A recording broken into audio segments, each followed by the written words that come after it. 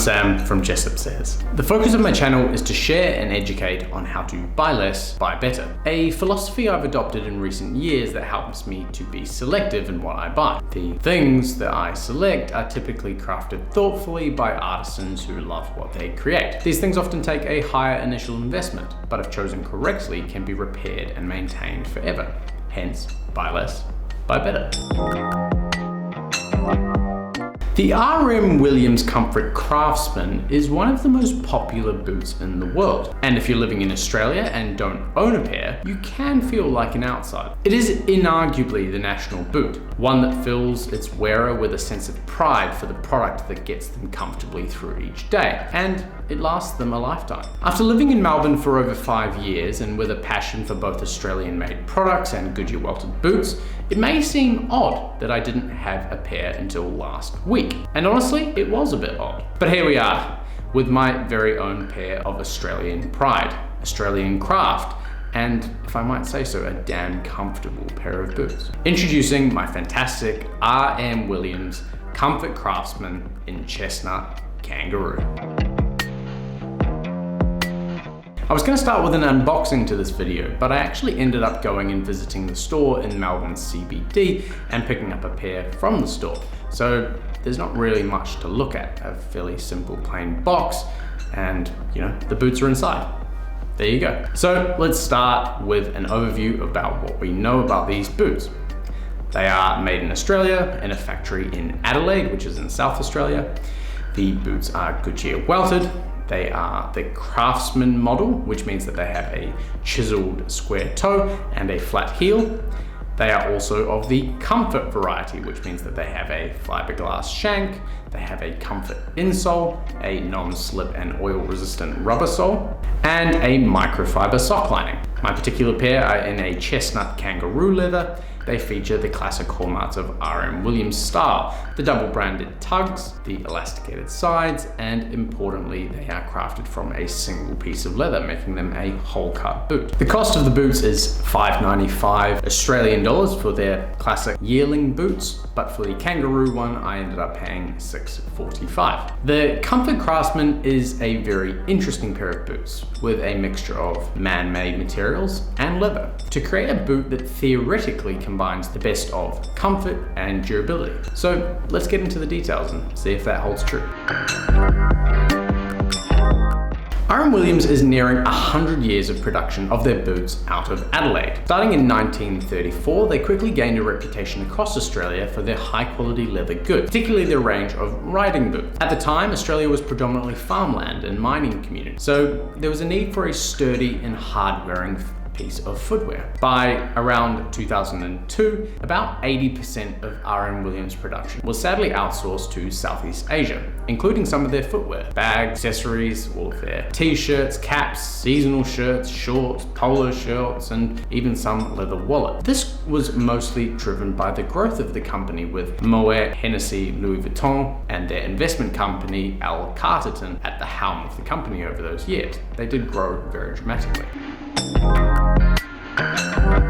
As of October 2020, Al Carterton sold their share to Andrew Forrest, or rather his investment company. Andrew Forrest is an Australian billionaire and either the first or second richest man in Australia, depending on the day.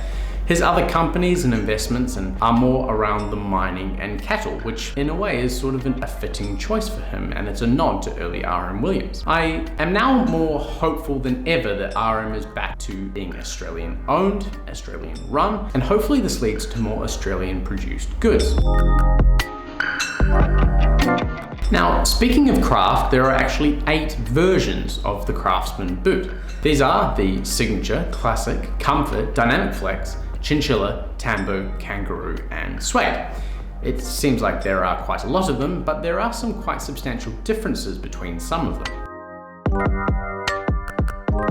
All R.M. Williams Craftsman models feature a classic chisel square toe with a soft toe cap. They have a flat block heel, and they have the iconic R.M. Williams tugs and elasticated sides. Because it was confusing to me on my journey to buying a pair of R.M. Williams, I thought it was important to go through what each of the models are and why each of the models is relevant and how they play into the overall R.M. Williams universe, and hopefully provide you with a bit more comfort about the decision that you're about to make and purchase the right boot for you.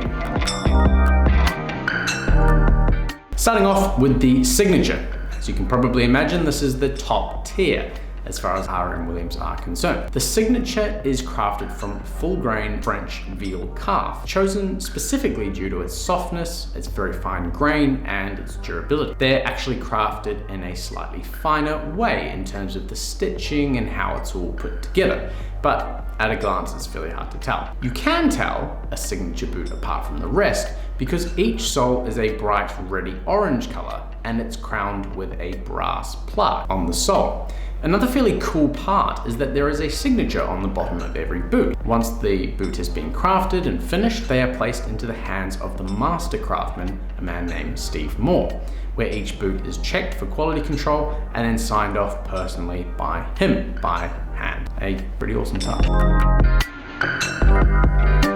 On to the Classic, the most popular boot. The Classic Craftsman comes in a range of colors using only the finest yearling leather. Yearling is a cowhide and is a versatile fine grain leather from a yearling aged cattle, so a cow that's about a year old. It is supple and durable. The boot itself also has the most leather in its construction, maybe apart from the Signature, as the lining and sole are both made from leather. You can identify a Classic boot because look at the sole and it's a leather sole, and overall they will look like the quintessential R.M. Williams boot. Now moving on to the comfort, and the comfort actually refers to the sole specifically, or the guts of the boot. The comfort boot do come in a range of leather uppers, so we're really talking about what's inside the boot. The part that makes it comfort are the non-slip composition sole and comfort insole. The comfort technology also features a fiberglass airport-friendly shank, which is a nice touch that I know some of my flight attendant friends definitely appreciate. The padded heel lining is a unique feature, at least to me, in Goodyear welted boots.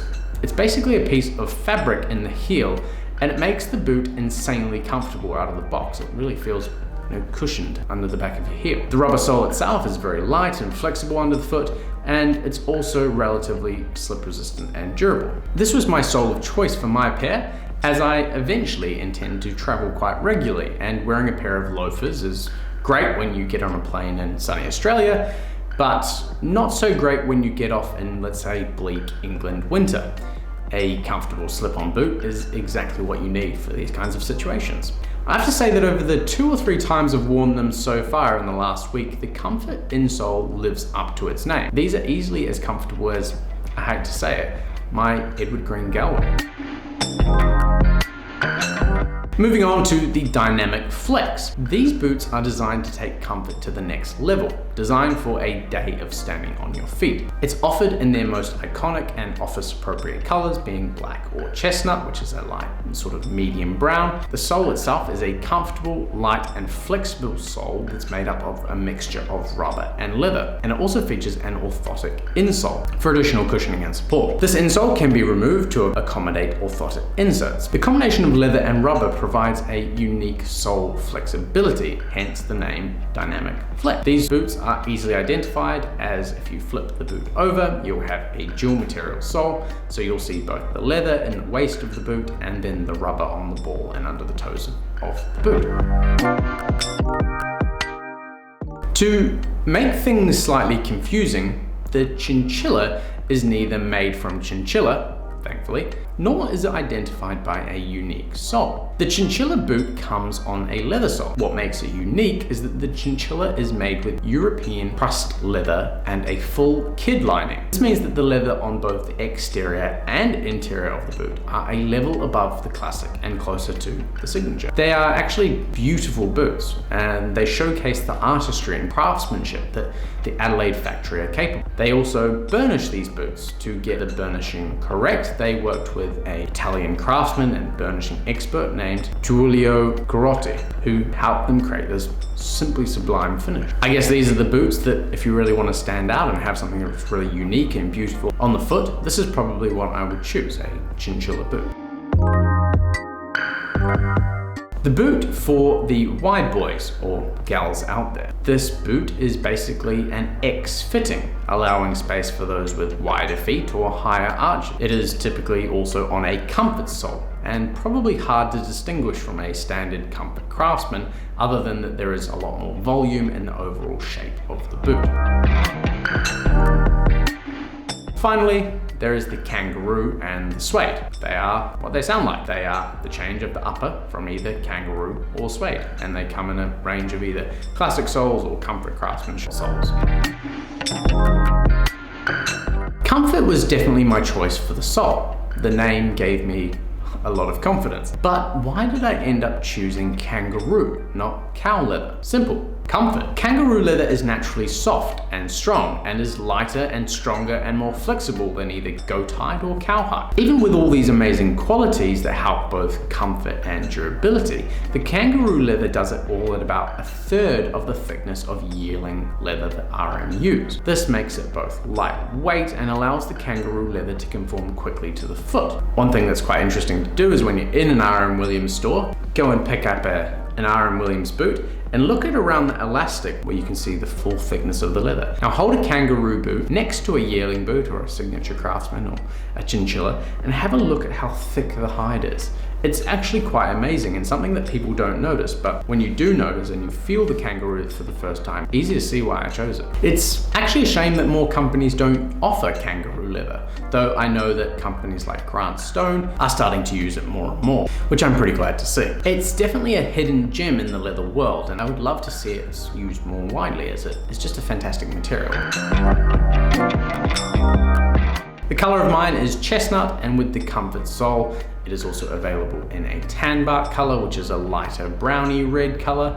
And you can also get the Kangaroo leather in both chocolate and black, with the biggest difference that you can see the stacked leather heel and the leather welt, because they are finished naturally, not dyed a dark brown like my pair.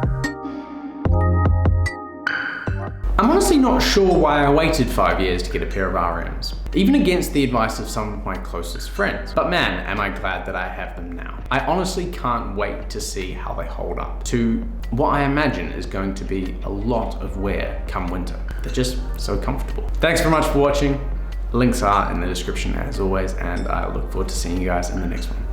Cheers.